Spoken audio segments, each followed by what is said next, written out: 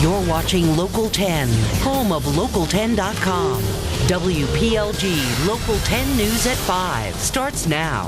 Off at time. When preparing your estate, it's so important to have a will, but it's just as important to name a beneficiary, the person you want to have your assets on your life insurance policies, 401ks, and IRAs.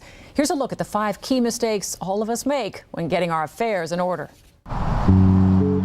Many people assume that when they die, their legally drafted will or estate plan will ensure that their financial assets are properly distributed. But this simple piece of paper carries far more weight. It is like a will, and it trumps the actual will.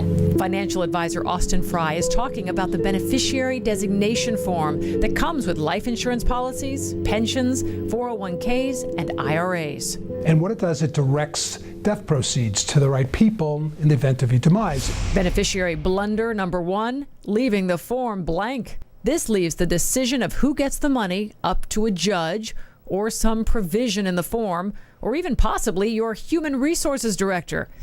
Mistake number 2, not updating the beneficiary if you marry, divorce, have children or grandchildren. So when the marriage ends, end the form, redo it. Get remarried, redo the form.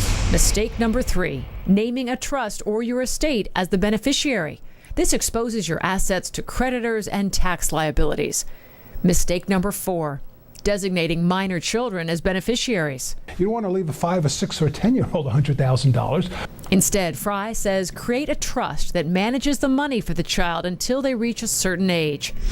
Mistake number 5, failing to name backup beneficiaries. This leaves it up to a court to decide who gets the money if your primary beneficiary is no longer around. I think this is one of the major disasters in financial planning for families.